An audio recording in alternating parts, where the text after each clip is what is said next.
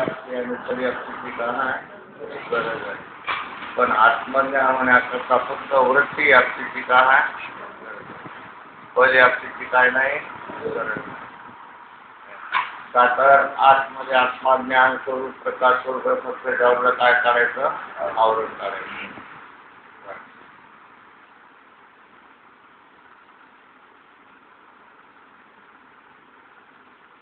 म्हणा त्याप्रमाणे अज्ञानाच्या आवरणाने आच्छादित असलेल्या आत्म्याचे ज्ञान करून घेते वेळी शास्त्रीय शुद्ध अंतःकरण वृत्तीच्या व्याप्तीची जरुरी आहे. पण कसं पाहिजे? अंतःकरण शास्त्रीय शुद्ध पाहिजे. शास्त्राचे त्याच्यामध्ये संस्कार पाहिजे, संत संगतीचे संस्कार पाहिजे. हे जर असतील तर काय होईल? आवरण निवृत्त होऊ शकतं. आपण संत संग नसल, शास्त्राचे संस्कार नसतील तर वरती आवरण काढू शकणार नाही. त्या ठिकाणी पुण्य होत राहत असतं. काय होत असतं? पुण्य होतं. ते पुण्य होतं. शास्त्राच्या आता पुस्तकाची संगत केली, नामाची संगत केली तरी पण आवरण निघत. किती कीर्तन ऐकले, किती भजन केली तरी आवरण निघत नाही. पुण्य होत असतं. लक्षात. महत्व पुण्य होण्याला नाही, आवरण निघण्याला महत्व आहे. पुण्य होण्याला काही महत्व नाही. पुण्य संपत असत आणि आवरण निघालं म्हणजे न संपणारी वस्तू हाताला लागते अशी गोष्ट. म्हणून जास्त शास्त्रावर मारायचं. अध्यात्मशास्त्रावर काही बी ऐकू नये, काही बी वाचू नये, काही बी पाहू नये. आपल्या कामाचं करायचं. आपल्या कामाला, देहाच्या कामाला काय लागते हे पाहतं नाही, आपल्या कामाला काय लागते हे पाहतं. देहाच्या कामाला सगळी दुनिया लागायची. दुनिया कोणा करता? प्रत्येकच्या माणसाच्या दुनिया. सगळे दुकानं कोणाचे? माणसाची. सगळे ए टू झेड पूर्ण जगामध्ये जेवढे दुकान आहेत ते कोणाचे? एका माणसाचे. एकाच माणसाला त्या वस्तू लागायला तेवढ्या जगामध्ये. पशु पक्ष्याला नाही. पशु पक्ष्याचे दुकान नाही. फक्त दुकान आहे तर माणसं. कपड्याचे दुकान असले तरी कोणाचे? मच्छीला साडी आणली का? मच्छीला साडी आणली नाही, बैलाला धोतर काही आणले. ते कोणाला आणले? आतापर्यंत चष्मे घातले. कोणा बैलाला चष्मा घातला काय? कोणाला घातला? सगळे दुकानं माणसाचे.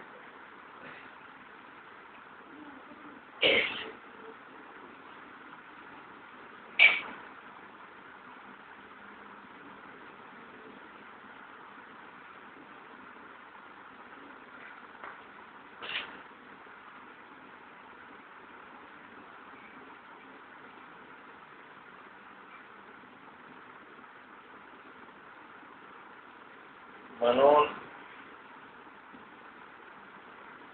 माणसाला जे लागायले ते आपल्याला लागत नाही हे लक्षात द्यावं.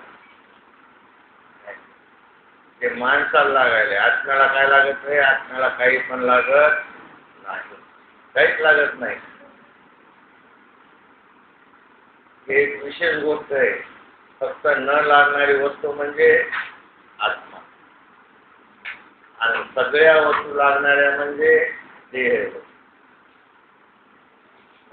दोन टप्पे.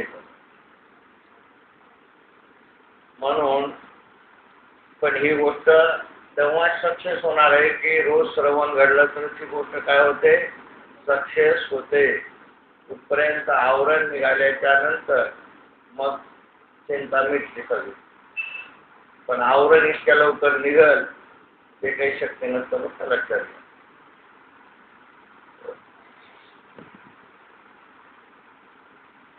निघता निघत नाही.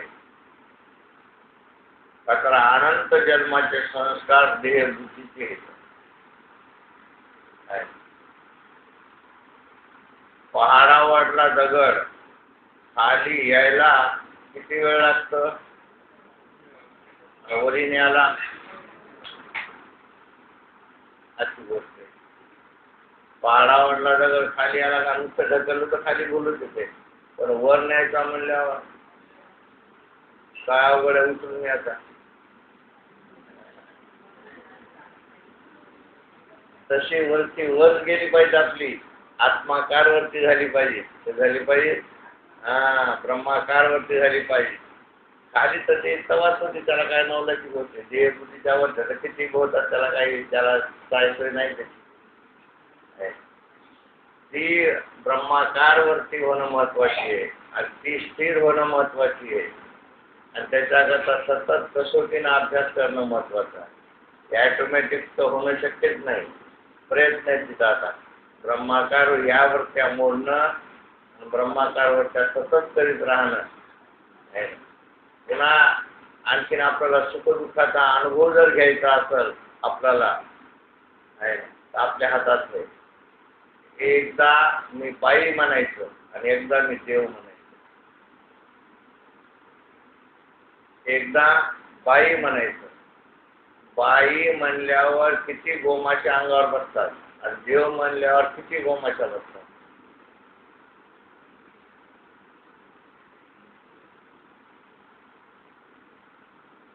किती बसतात? तर बाई म्हणल्याबरोबर सगळ्या गोमाच्या बसतात पण अंगावर चालतात. देव म्हणल्याबरोबर एकही गोमाची अंगावर बसत नाही, चावायचं तर नाव होतं. हे रोजचा अनुभव घेत राहायचा. आपल्याला सुख पाहिजे ना, मग सुख पाहिजे तर काम घेणं सुखात तू. ते हातात आले की सुखात आहे. हे सुख तर तुझ्या हातात आले की भल्या माणसा आता काम घेणं झाला. आणि मला काय पाहिजे, सुख पाहिजे, हे लागेल तेवढं सुख घ्या तुझ्या हातात.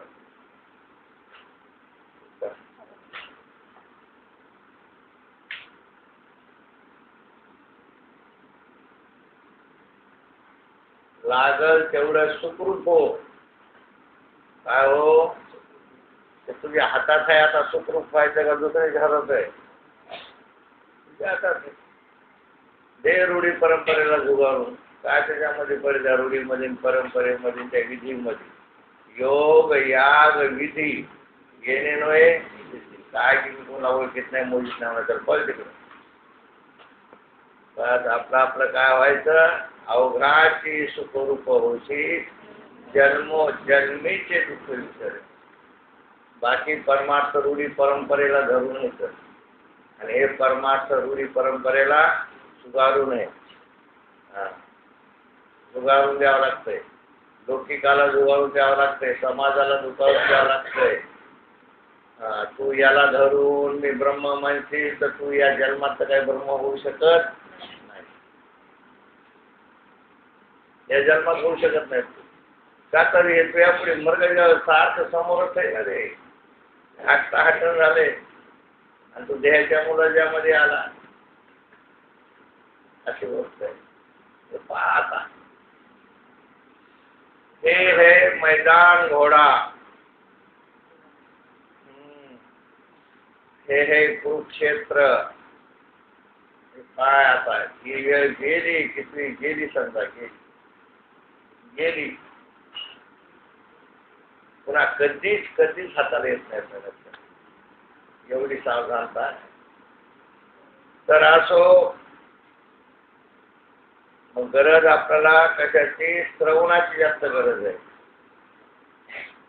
एखाद्याच अन्न नाही भेटलं तर चालेल, पाणी एक दिवस नाही भेटलं चालेल, आंघोळ नाही भेटली तर चालेल, सगळं चालेल, पण श्रवण पूर्ण चालत नाही. का तर श्रवणापासून वरती अंतर्मुख होतात. हे लक्षात घे. अंतर्मुख वृत्तीला, अंतर्मुख म्हणजे आत्माकार ब्रह्माकार वृत्तीला खूप खूप महत्व आहे. यालाच म्हणायचं देवाचे द्वारी त्या वृत्तीला ब्रह्माकार वृत्तीला म्हणायचं. देवाचे द्वारी भाग क्षणभरी तेने मुक्तीचारी साधी त्यानं साध्या. तर म्हणा तशा अंतःकरण वृत्तीशिवाय तशा शास्त्रीय शुद्ध, त्याला शास्त्राचे संस्कार पाहिजे म्हणजे पाहिजेच. क्रिया इथं उपयोगाच्या नाहीत. काय कुठल्याही प्रकारची क्रिया काय नाही, कर्म इथं काहीच काम करू शकणार नाही. इथं शास्त्र काम करणार आहे, कर्म काम करणार नाही. वा किती कोणाचं चांगलं केलं त्याच्यानं सुविधा अंतःकरण वृत्ती शास्त्रीय सुद्धा बनणार नाही. इथं फक्त शास्त्राचे संस्कार जास्त पाहिजे. म्हणून अंतःकरण वृत्तीशिवाय आवरण नाश होणार. ती अंतःकरणाची वृत्ती शास्त्र संस्कारही सहित पाहिजे. म्हणून परंतु त्या वृत्तीत असणाऱ्या आभासाच्या याप्तीची गरज नाही. आता वृत्तीमध्ये आभासाचं काम होतं ज्ञान करून देणं, पण आत्मा ज्ञान स्वरूप असल्यामुळं त्या आभासाची तर गरज नाही. फक्त गरज आहे वृत्तीची गरज आहे. फक्त वृत्तीची गरज, ब्रह्माकार वृत्तीची गरज आहे. आता आपल्याला हे आपलं काम जवळजवळ खूप झालेलं आहे. फक्त आपलं काम एक शिल्लक आहे की पुन्हा पुन्हा शास्त्राचे संस्कार करून ब्रह्माकार वृत्ती करणं. मी परमात्मा आहे. माणसाला काय बोलत बसू? कोण्या मर्ग माणूस, 5 फुटाचं माणूस, अंगावर नुसत्या गोमाच्या बसलेला माणूस, त्याला काय बोलायचंय? काय त्याच्याकडे पाहतंय? कोणाकडे? कोणताही माणूस तसंच आहे. आणि कोणती बाई, बाईला बोलू नको, माणसाला बोलू. बाहेर काय तर ज्या कुठं राहिला अनंत कोटी ब्रह्मांड नाही आणि कुठे 5 फुटाचा माणूस करते. जसं आपलं झालं खला. जसं त्या नालीमध्ये आळी वळवळ करते ना, काही चाटू असतात पाण्यामध्ये, नाशक्या पाण्यामध्ये, ते बी सुटू करतात. तसे हे माणसं तसेच येत. सांगा मरणार आहे. ते पहा, वर करून पहा. आम्ही विमानात बसलो होतो तेव्हा इतकुले माणसं दिसू लागले. वर चढलं की खालचे माणसं किती दिसतात. तसं आत्म्या दृष्टीनं पाय काय दिसते समजलं. काही काही दिसत नाही. आत्मदृष्टी आहे, देवाची दृष्टी आहे, महादेवाची दृष्टी आहे. लय दिवसानं उघडायला डोळा उघडू दे, डोळा झाकू नको. डोळा झाकू नको, उघडू दे. महादेवानं डोळा उघडला की जगत खलास होत असतं. जगत नाही कळतं, परमात्मा आहे कळतं लक्षात. आणि महादेवानं डोळा झाकला की महादेव नाही कळतं, जगत कळतं. मनात विचार जगताचा आला की डोळा झाकला. देवाचा विचार आला की डोळा पडला. पाहून घे, 2च टप्प्यात झप झप झप झप. आता पाऊल उचल पाहत जास्त उशीर लावू नको. रिअल थोडा आहे आता, वेळ फार थोडा आहे आता. या वृत्तीमध्ये देह पडावा, ब्रह्माकार वृत्तीमध्ये देह पडावा, सुखामध्ये. आपल्याला ते कळणार, अरे मी पडणं झालो, मला काही होईन झाले. कोणाला व्हालंय? देहाला व्हालंय. पाय कोणी कोण गार पडले, पायातूनच गार पडले. मृत्यू कोणीकडे येत असतंय? पायातून. पहिल्यानं पाय गार पडतात, हे आपल्याला कळणार आहे. अरे पाय गार पडायले, मी गार पडणं झालो. आता गार पडत पडत पाहिला मृत्यू, पाहिला कशाचा? देहाचा. मी तर मरणार नाही, 100% गोष्ट ठरली. असा भाव आपला असा जागा झाला पाहिजे, भाव जागा झाला पाहिजे. गोळ राहू नको, कच्च राहू नको, कोणाचा भेड मुलाचा करू नको. नाही तर काय तो उघडलं मगरी नको. तर हे असं उजागर काही बी नाही, हे आपलं मनातल्या मनात सगळं चिंतन कसं आहे. बाहेर काही दिसणार नाही कोणाला, बाहेर दिसणार आहे ते मध्ये चिंतन चालू राहणार आहे, अशी गोष्ट आहे. म्हणून आभासाला ज्ञान होतं का, एकात्र आत्मा ज्ञान होतं. फक्त आवरण काढायचं, दुसरं काही करायचं. आणि इथं असा एक दिवस नाही की तुमचं त्या दिवशी आवरण काढलं. असा एक दिवस नाही की त्या दिवशी तुमचं काय काढलं नाही, आवरण नाही काढलं. तुम्हाला एक दिवसात सांगितलं की तुम्ही परमात्मा नाही, तर एक दिवस बी नाही, रोज सांगायचं की तुम्ही परमात्मा. हे लक्षात घ्या, म्हणजे आवरण काढणं आहे. आता कोणाला म्हणजे रोजची सवय झालेली आहे. काय झालेली आहे, असे माणसं काय करतात, ते ऐकतात मी परमात्मा देहाचं चिंतन करून बस असले. कशाचं काय ऐकायले मी परमात्मा, आणि चिंतन कशाचं करायले, ते शेवाळेला दगड. ते कोण आहे, शेवाळेला दगड म्हणून. आता हे शेवाळून जाणार आहे, याला रोज ब्रह्मज्ञान जरी सांगितलं तरी देहाला सोडणार नाही. हे वाण वेगळंच आहे. पण हे कळणं की रोज निघाले बाबा आपण देहाचं कसं चिंतन करा, देहाला चित्तामध्ये येऊ द्यावं कसं, शेवाळेला दगड. देह बुद्धीच्या नरा आणि तो चिंतेचा आडधरा, संकल्प विकल्पाचा मारा आणि वार.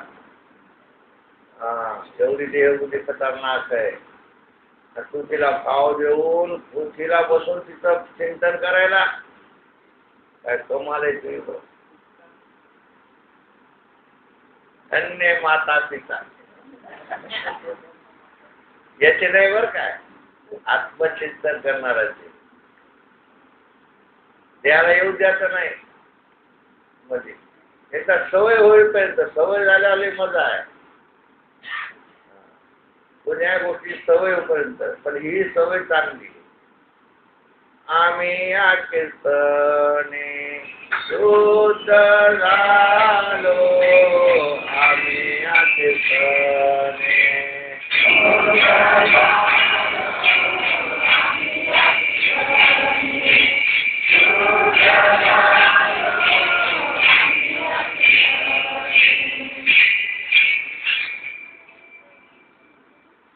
आम्ही या कीर्तनाला काय व्हायला, शुद्ध व्हायला. म्हणजे मग सगळं निघून ममत्वाचा मळ आहे, अहंतेचा मळ आहे, सगळा समजतो. कारण आत्मा स्वप्रकाश रूप आहे. अंतःकरणात चैतन्य प्रतिफलित म्हणजे प्रतिबिंबित होते. म्हणून आभासात फल असेही म्हणतात. हे मध्ये सांगण्याचे कारण असे की बाह्य पदार्थाचे ज्ञानकारी वृत्ती व्याप्ती आणि फल व्याप्ती आणि आत्मज्ञानकारी फक्त वृत्ती व्याप्ती आहे, फल व्याप्ती नाही, असा भाषेत शास्त्रकार सांगतात. हे होय. या रीतीने महावाक्याचे विचारकारी अंतःकरणाची वृत्ती अंतर्मुख होऊन आत्म्यावरील अज्ञानाचे आवरण निवृत्त करते.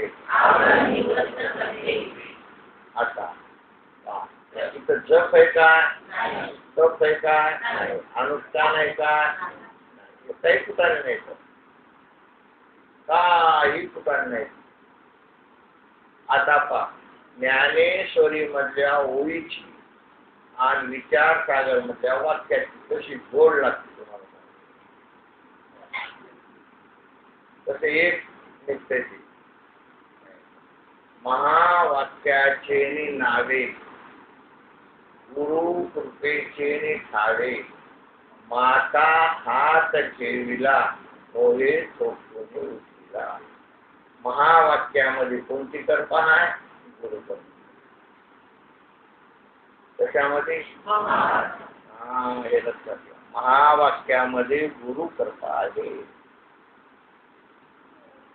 या नामामध्ये नाही, या कर्मामध्ये नाही, या भजनामध्ये नाही, आलापामध्ये शकत नाही.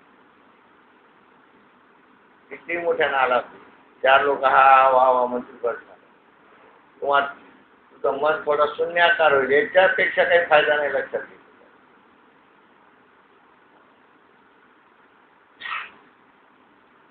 चार कीर्तन तुम्ही वार केले, याच्यापेक्षा काय होणार नाही.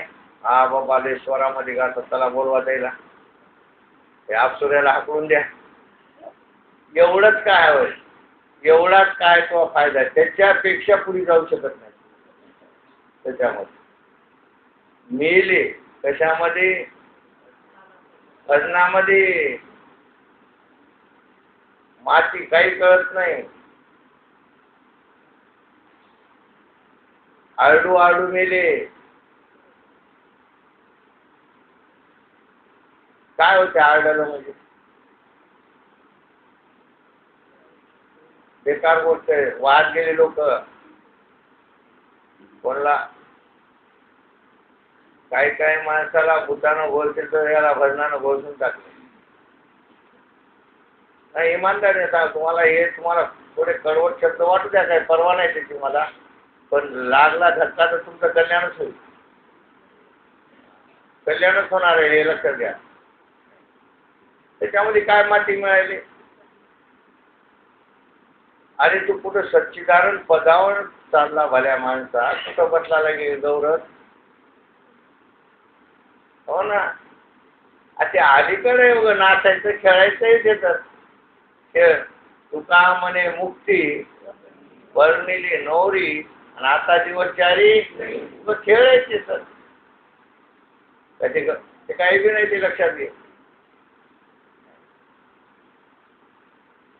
महावाक्य महत्वाचं आहे. काय महत्वाचं आहे? महावाक्य महत्वाचं आहे. आता मग तू भजन करायला तर देव कळाला काय, तू कळाला काय? मग ते भजन तर किती गच्चाळ करतो रे तू, गच्चाळ भजन. काही काही लय दिवसाची गोष्ट होती. मी नवीन परमार्थाला लागलो होतो, आणि मग कोणी बोलतो, कोणी म्हणतो गुरुवारी भजन ठेवावं, कोणी म्हणतो शनिवारी भजन ठेवावं. मग मी कधी कधी गुरुवारी ठेवायचा, कधी कधी शनिवारी. पिऊन येत होते कशाला घडणार, आणि मस्त करीत होते. अहो ते पिऊन येतात की, पिऊन आणले तुला भजन चांगलं असतं ना, वय जाऊ नका 2 महिने. माहीत नशा काय असतंय, माहीत नसल्यावर काही विचारतंय लक्षात, पण माहीत झाल्याचं तिथं सावध व्हायला पाहिजे. आतापर्यंत आपल्याला माहीत नव्हत्या या गोष्टी, काहीच माहीत नव्हत्या, कशाने काय होणार, कशाने काय होणार. पण शास्त्राकडून या गोष्टी काय झाल्या, माहीत झाल्या. मग माहीत झाल्यानंतर पुन्हा करतं धोका बसते आपल्याला. आता महावाक्यामध्ये गुरुकृपा सांगितली का, बाकी ठिकाणी सांगितले गुरुकृपा. मग महावाक्याचा जास्त छंद धरावा का, काय करावं? महावाक्य छंद. फिरविला घट गोडीला चरणी, आणि महावाक्य दोन्ही. एवढं महावाक्यामध्ये काय ताकद आहे. आणि फक्त हे ब्रह्मनिष्ठ गुरुपशीच महावाक्य. सामान्य जीवाकडे महावाक्याचा पत्ता बी नाही त्याच्याकडे. उगा माणसानं मग व्यवहारिक ज्ञान सांगत बसावलं. कोणते व्यवहारिक ज्ञान सांगत बसा? काय होते व्यवहार लटका. किती माणसानं चांगलं वागलं तर का मोक्ष मिळणार आहे का? किती माणसानं माणुसकी ठेवली का मोक्ष मिळणार आहे का? किती माणसानं माणसाचा आदर केला का मोक्ष मिळणार आहे का?